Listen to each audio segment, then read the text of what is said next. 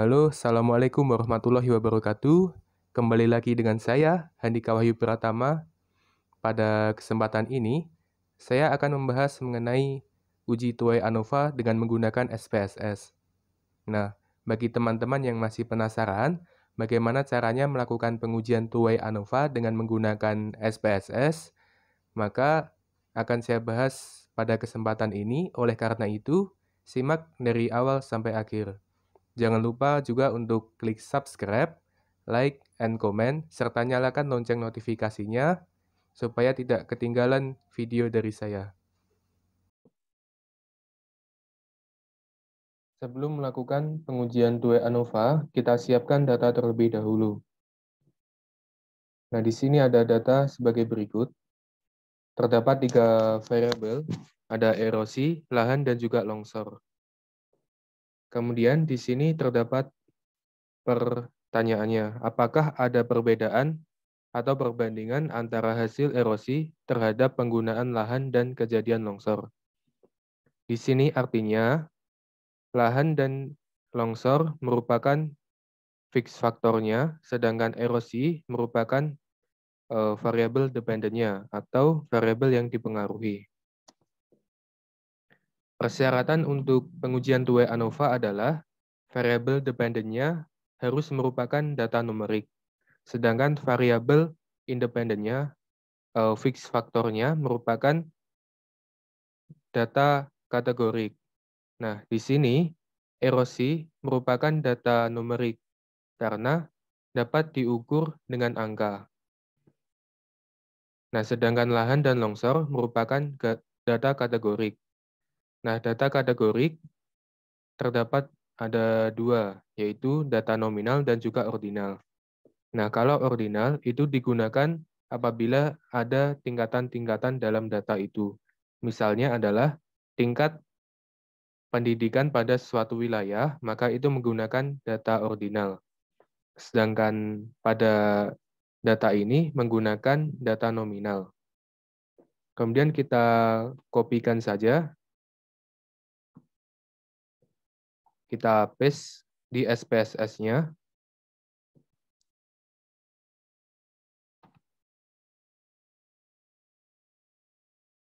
Nah, kita menuju ke variable view, kita berikan penamaan sesuai dengan variabelnya. Nah, di sini ada erosi, lahan, dan juga longsor.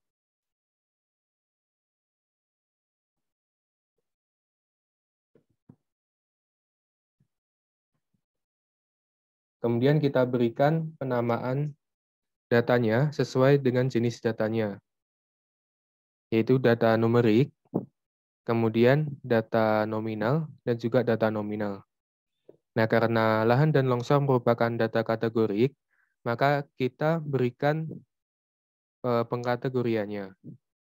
Kita masukkan. Di sini terdapat pengkategorian antara lain kategori 1 sawah, 2 hutan, 3 tegalan, 4 pemukiman. Kita masukkan saja. 1 sawah, 2 hutan, 3 tegalan, 4 pemukiman. Nah, kita cek terlebih dahulu.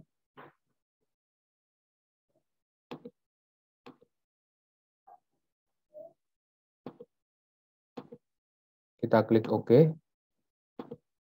Kemudian kita isikan yang sama juga.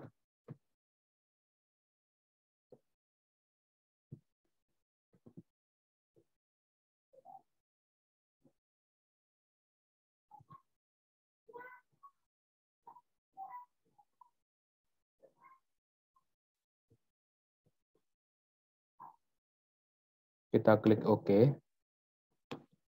Kita menuju ke data view. Kita lakukan pengujian normalitas. Sebelum kita melakukan pengujian normalitas, kita cari nilai standar residualnya.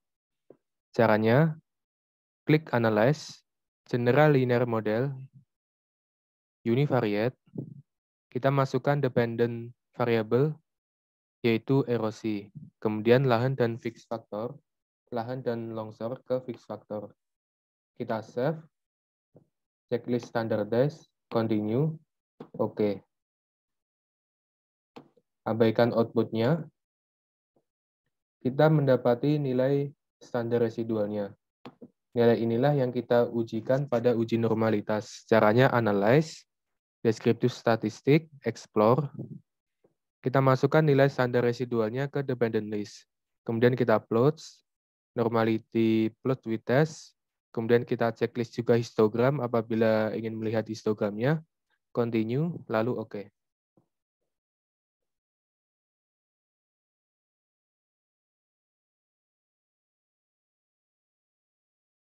Nah, akan muncul output seperti ini. Nah, di sini terdapat dua metode penghitungan normalitasnya. Ada Kolmogorov-Smirnov, ada Sapir-Whorf. Nah, Kolmogorov-Smirnov ini digunakan apabila sampel datanya di atas 50, sedangkan Sapir-Whorf digunakan apabila sampel datanya di bawah 50. Nah, sampel data yang kita miliki adalah 13. Artinya kita menggunakan Sapir-Whorf. Kita melihat pada signya. Apabila nilai signya lebih besar daripada 0,05, maka terdistribusi secara normal. Nah, pada nilai signya adalah 0,485. Nilai ini lebih besar dari 0,05. Artinya, data ini terdistribusi secara normal. Atau standar residualnya terdistribusi secara normal. Sehingga dapat dilakukan pengujian selanjutnya yaitu uji homogenitas. Apabila kita ingin melihat penyebaran datanya, kita bisa lihat ke normal Gini plots. Nah, di sini kita dapat melihat penyebaran datanya.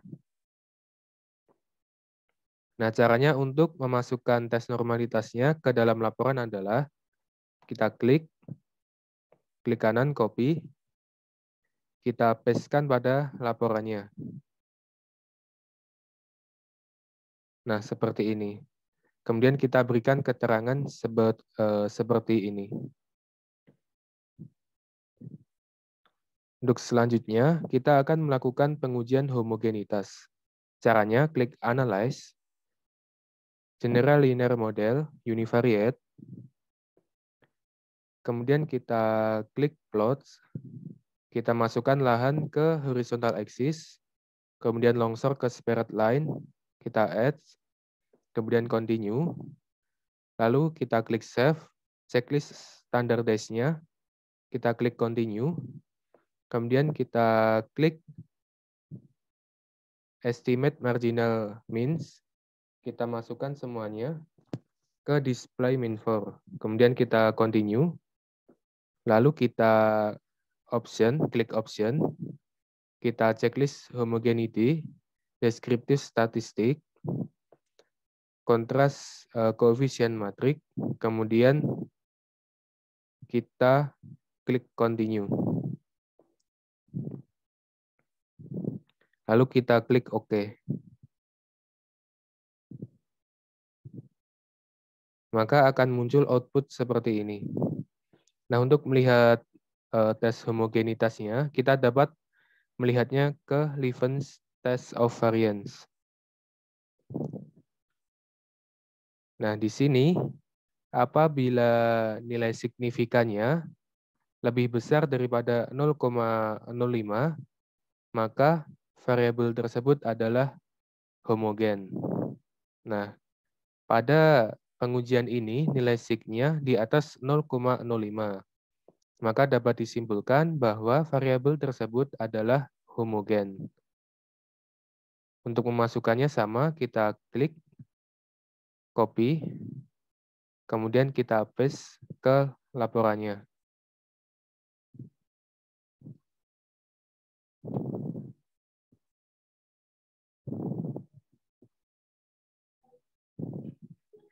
Nah, seperti ini.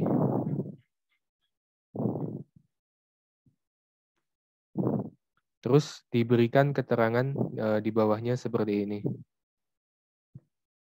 Karena telah memenuhi persyaratan, maka selanjutnya kita melakukan pengujian two-way ANOVA.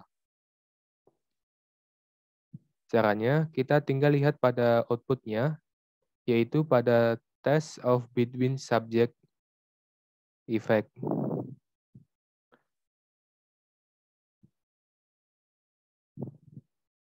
Nah, di sini ada R squared. Ini apabila R squared-nya mendekati 1, maka semakin bagus atau modelnya semakin valid. Nah, ini R square-nya adalah 0,88. Ini hampir mendekati 1, artinya model ini adalah valid. Nah, kemudian kita lihat pada variabel lahan. Pada variabel lahan, kita lihat pada signifikannya.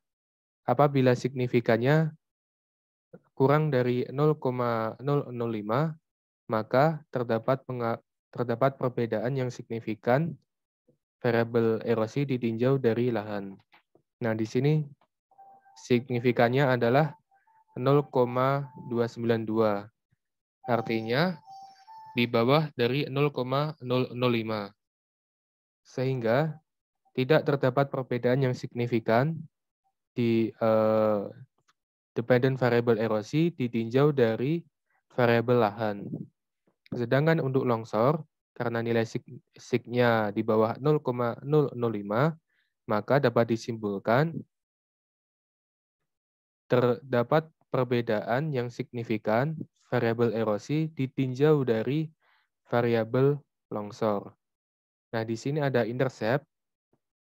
Apabila interceptnya di bawah 0,005, maka menunjukkan bahwa terdapat pengaruh yang signifikan antara penggunaan lahan dan kejadian longsor terhadap tingkat erosi, terhadap kejadian erosi. Nah, maka dapat disimpulkan bahwasanya terdapat pengaruh yang signifikan penggunaan lahan dan kejadian longsor terhadap hasil erosi, dikarenakan nilai signya adalah 0,00. Kemudian untuk memasukkan ke dalam laporan, kita tinggal klik kanan, kita copy, kemudian kita paste ke dalam laporannya. Kemudian kita jabarkan sebagai berikut, yaitu tidak terdapat perbedaan yang signifikan variabel dependent erosi ditinjau dari variabel lahan. Lalu kedua, terdapat perbedaan yang signifikan variabel erosi ditinjau dari variabel longsor. Kemudian, terdapat pengaruh yang signifikan antara penggunaan lahan dan kejadian longsor terhadap hasil erosi. Selanjutnya, di sini terdapat between subject factor. Nah, kita bisa lihat pada ini. Nah, di sini terdapat variabel-variabelnya, terdapat kategori-kategori dari variabelnya, dan ini merupakan jumlahnya. Pada variabel lahan, jumlah sawah adalah 4, jumlah hutan adalah 2, jumlah tegalan ada 4, jumlah kategori pemukiman ada 3. Pada variabel longsor, jumlah sawah adalah 9, dan jumlah hutan ada 4.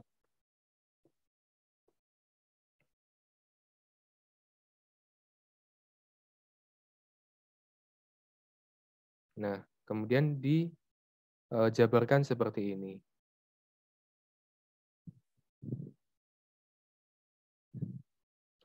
Kemudian apabila kita ingin melihat pendeskripsian dari semua variabelnya, kita dapat lihat pada deskriptif statistiknya. Nah, untuk di outputnya, kita bisa lihat pada deskriptif statistiknya ini.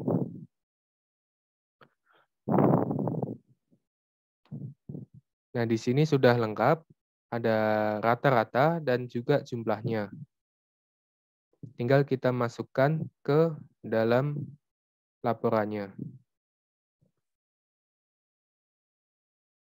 Nah, ini untuk kategori sawah pada lahan dan juga kategori sawah pada variabel longsor memiliki rata-rata 40,16 dengan standar deviasi 6,09573. Lalu untuk kategori sawah, pada lahan dan juga ke kategori hutan pada longsor memiliki nilai rata-rata atau min 27,52 dan standar deviasinya adalah 4,83661 serta jumlah sampelnya ada 2. Lalu kita jabarkan sampai ke bawahnya.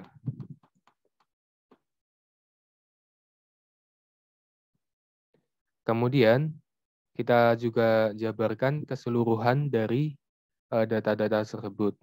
Dari keseluruhan data tersebut didapatkan nilai rata-ratanya adalah 46,0785 dan nilai standar deviasinya adalah 19,04858 dan jumlah keseluruhan sampel adalah 13.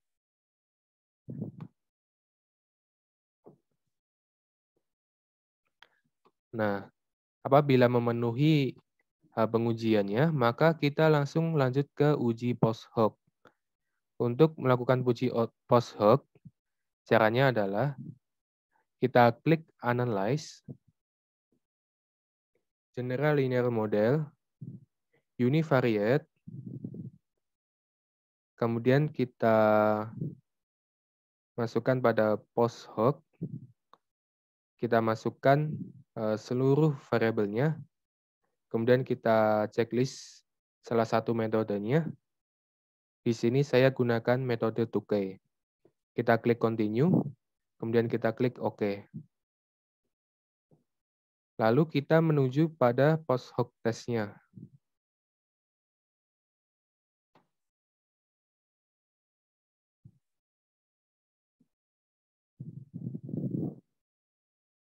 Nah, pada post hoc testnya, kita dapat melihat pada nilai signifikannya. Nah, di sini ada kategorinya. Kita bisa melihat kategori-kategorinya, yaitu apabila nilai signifikannya di bawah 0,05, maka terdapat perbedaan yang signifikan antara kategorinya. Nah, ini ada kategori sawah dan juga hutan. Nilai signifikannya adalah 0,334. Ini merupakan di atas 0,005, maka tidak terdapat perbedaan yang signifikan. Nah, lalu untuk sawah dan tegalan juga tidak terdapat perbedaan yang signifikan. Nah, untuk sawah dan pemukiman terdapat perbedaan. Untuk hutan dan sawah tidak terdapat perbedaan yang signifikan. Hutan dan tegalan tidak terdapat perbedaan yang signifikan. Hutan dan pemukiman tidak terdapat perbedaan yang signifikan.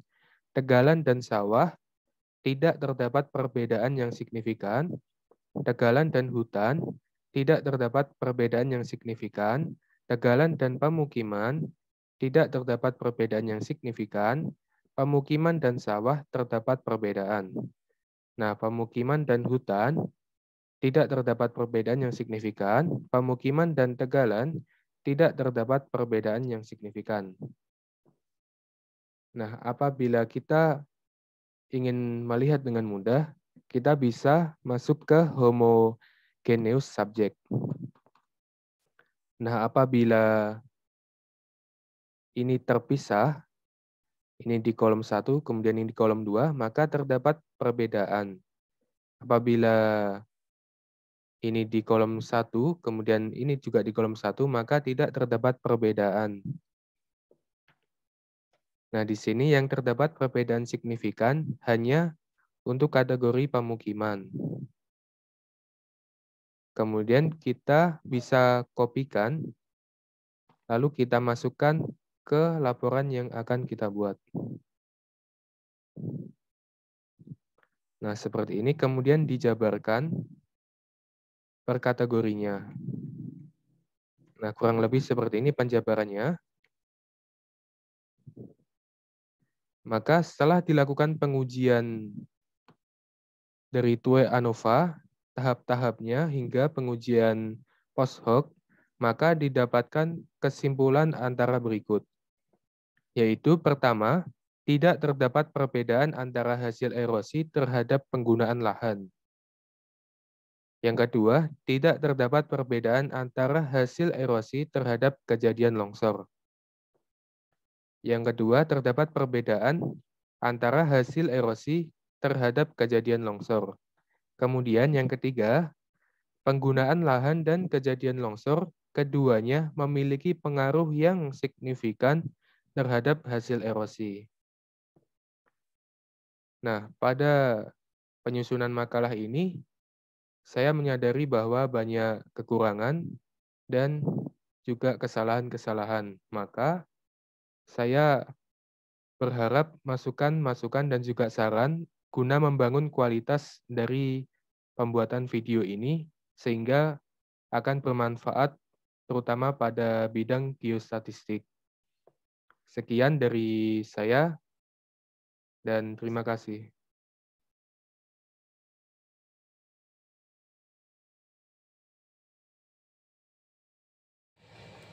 Ya, demikian pengujian Tuwe ANOVA dengan menggunakan aplikasi SPSS. Semoga video ini dapat memberikan manfaat kepada banyak orang, terutama pada bidang geostatistik. Sekian dan terima kasih.